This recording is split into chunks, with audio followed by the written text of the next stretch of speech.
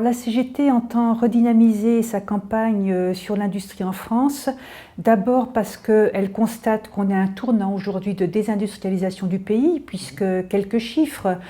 aujourd'hui la part de l'industrie dans le PIB en France est de 10%, alors que c'est de 16% en moyenne dans la zone euro, et on vient de passer en dessous de la barre des 3 millions d'emplois dans le secteur industriel. Donc nous considérons qu'on a un tournant extrêmement dangereux, beaucoup de grands groupes ont largué les amarres, beaucoup d'entreprises d'usines ont fermé récemment, et nous considérons aujourd'hui qu'un pays sans industrie, et qui, si on veut avoir une économie forte, il faut avoir un outil industriel fort sur le territoire national. On n'aura pas un pays fort sans industrie fort.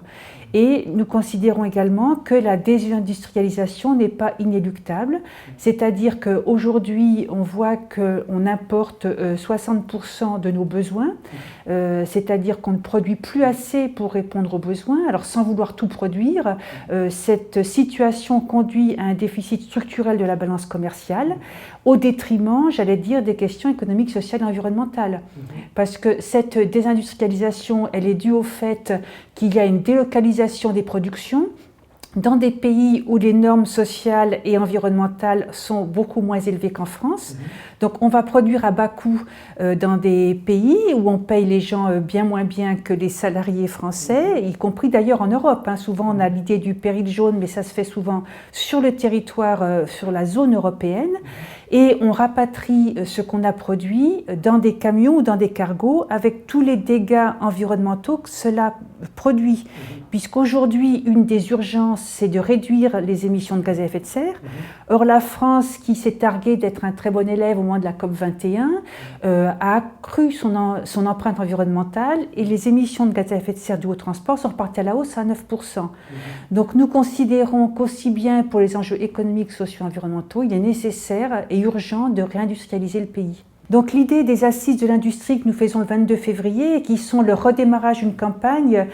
puisqu'on va avoir aussi le 21 mars des manifestations et en plus des suites après qui vont s'organiser, c'est d'une part de montrer que, la désindustrialisation n'est pas inéluctable, et que deux, justement, on peut faire autrement, c'est-à-dire de redonner confiance aux salariés, de leur montrer qu'une autre politique est possible. Et une autre politique, ça veut dire qu'il faut relocaliser les productions, développer les circuits courts, et il faut mettre la finance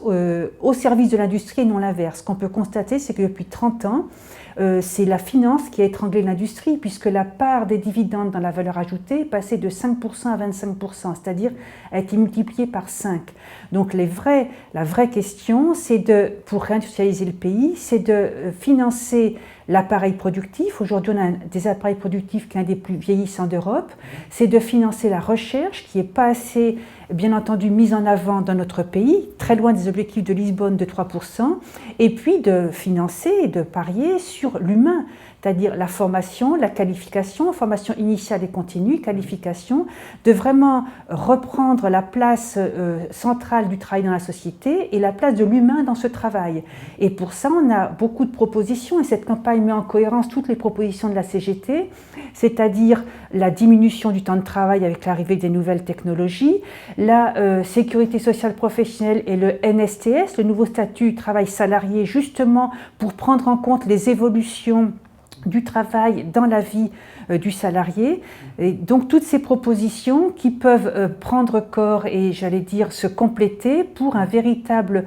projet au service du développement humain durable. Et cette campagne, elle doit bien articuler, de notre point de vue, les questions industrie, services et services publics, parce qu'on sait que les questions de services publics sont très liées aussi aux questions industrielles.